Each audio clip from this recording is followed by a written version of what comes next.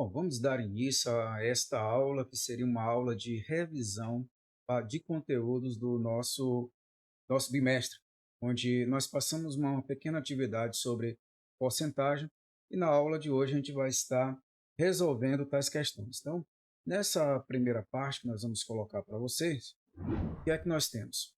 Primeiro, nessa primeira questão que nós estamos colocando para vocês, ele diz a seguinte coisa: nos 5 primeiros meses de 2018, foram produzidos no total cerca de 1.200.000 veículos no Brasil, dos quais 4% eram caminhões, e supondo que a produção mensal observada nesse período se mantenha tanto para o total de veículos quanto para o de caminhões, pode-se estimar que serão produzidos no Brasil, em 2018, um total de caminhões aproximadamente quanto? Bom, a primeira coisa que nós temos que ter em mente é que vamos ver a produção nos 5 primeiros meses. Qual foi essa produção? Então, nós temos aqui, em 5 meses, eu posso afirmar para vocês que foram produzidos o quê? 1.200.000 veículos. Desse total de veículos, nós temos que 4% são de caminhões. Ou seja, qual o total de caminhões que nós estamos ter aqui? Então, você vai pegar 4%, tá? E vamos multiplicar pelo total de veículos produzidos, que foi 1.200.000. Note aqui, eu posso simplificar esses dois zeros embaixo com esses dois zeros aqui. Portanto, o total de caminhões produzidos nestes 5 primeiros meses foi de 48.000 caminhões. Só que vocês vão observar que neste caso, o total de caminhões foi para o quê? 5 meses. Se eu for pegar o total de caminhões para um mês, esse total vai ser o quê? Então, para um mês, nós vamos ter a seguinte situação. Você vai pegar os 48.000 caminhões produzidos e vamos dividir por 5, já que 48.000 foi produzido em 5 meses. Se você dividir, você vai encontrar 9.600 caminhões. Bom, isso é um total para quê? Para um mês. Agora, para 12 meses, isso aqui você vai ter que vai ser igual a quanto? Basta você pegar o quê? 12 e multiplicar por quanto? 9.600. Você vai encontrar total de 115.000, é só conferir aqui rapidinho, e 200 caminhões. Bom, mas aí você vai notar que ele pediu o valor aproximado. E neste caso, o valor aproximado de caminhões foi um total de quanto? Está aqui na último item, que seria 100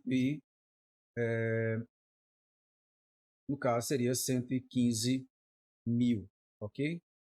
Então você pode aí circular 115.000, seria esse total aproximado que ele procurou nesta primeira questão. Vamos agora para a segunda questão. Nesta segunda questão, ele diz a seguinte coisa: neste mês, Carlos atrasou o pagamento do aluguel de seu apartamento. Por isso, teve que pagar R$ 770, já incluídos os 10% de multa pelo atraso. Diante dessas informações, pode-se concluir que o valor do aluguel do apartamento de Carlos é de...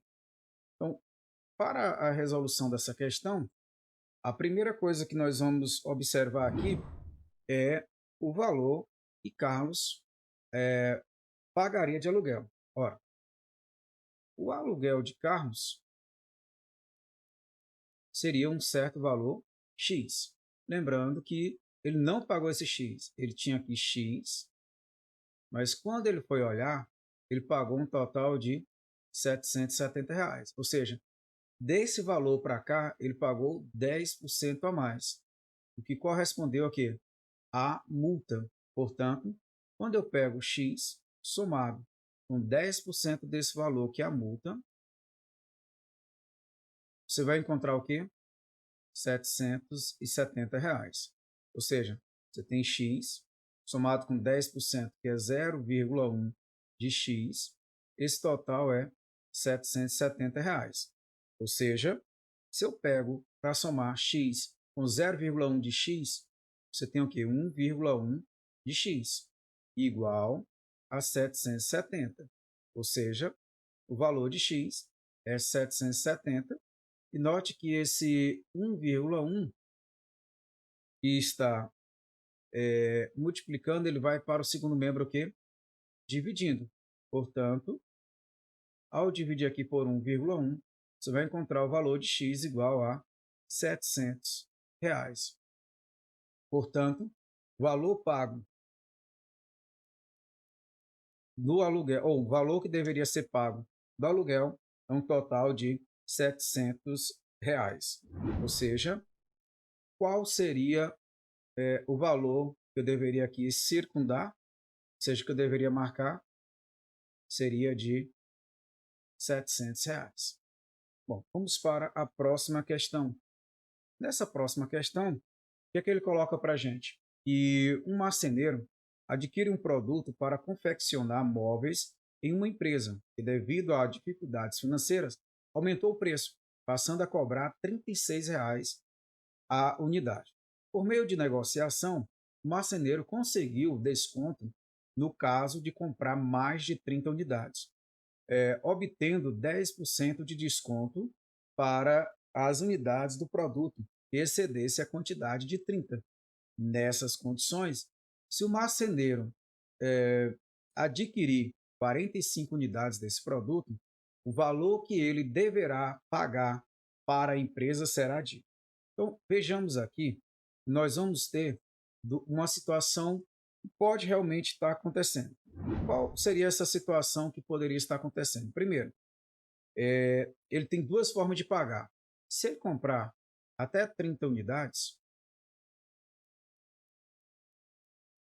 qual seria o preço a ser pago? O preço por cada unidade seria de R$ 36. Agora, as unidades que ultrapassar 30, ou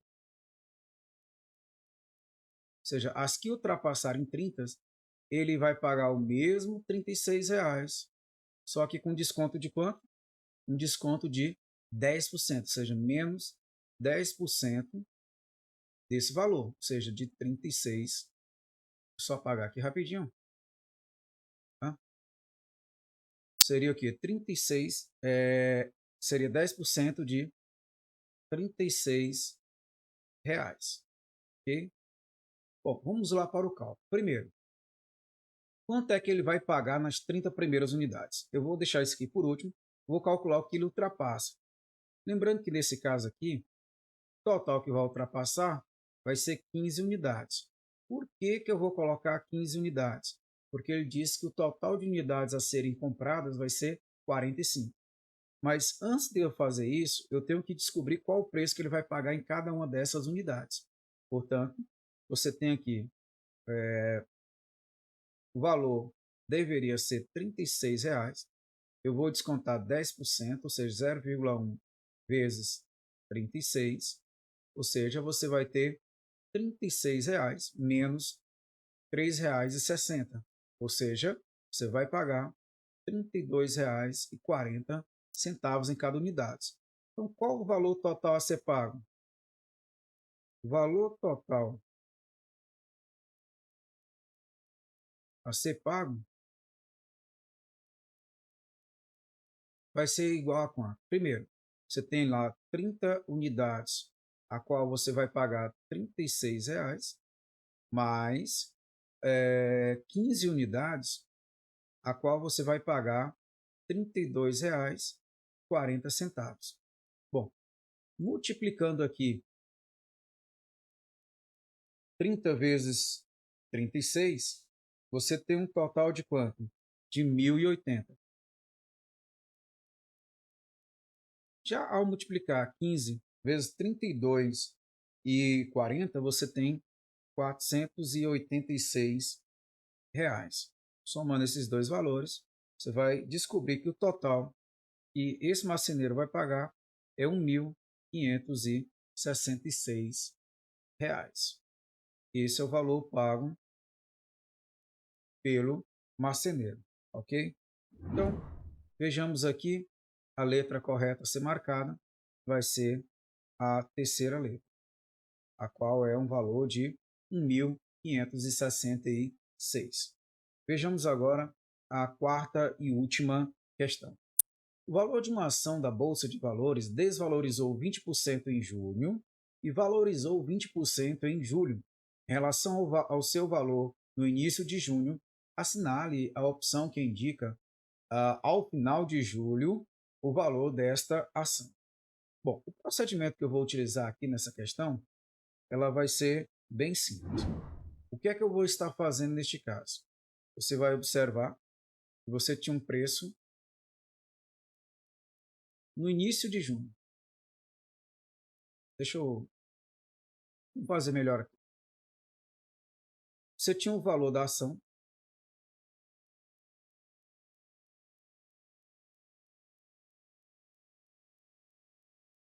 qual seria o valor dessa ação?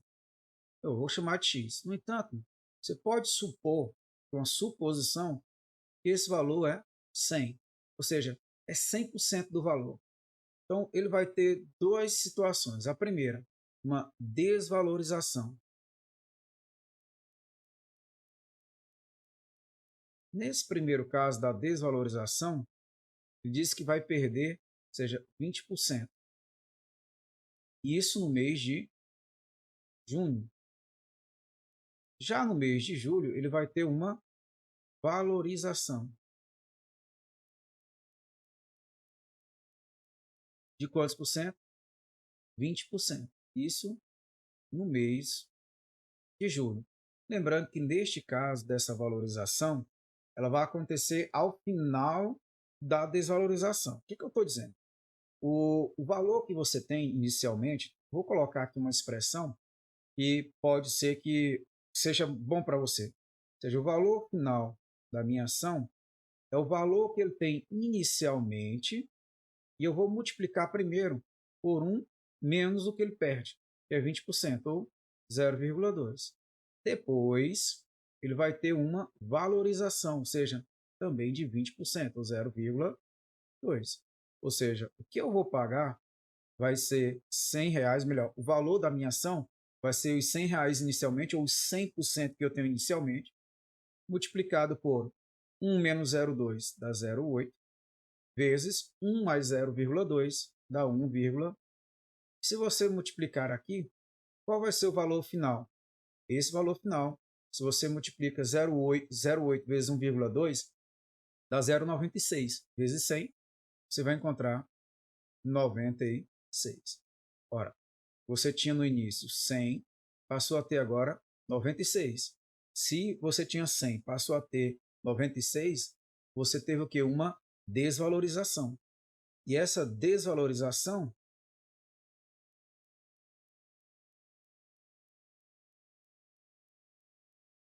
vai ser de quantos reais? No caso, R$ 4. Quando eu comparo com o valor que você tinha inicialmente, que era 100, você fica o quê? Com uma desvalorização de 4%. Portanto, esse é o resultado que você tem lá para a quarta questão, uma desvalorização de 4%.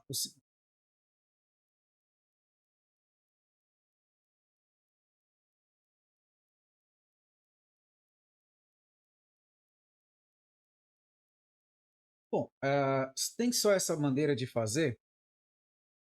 Bom, eu acredito que não, você pode ter outras formas.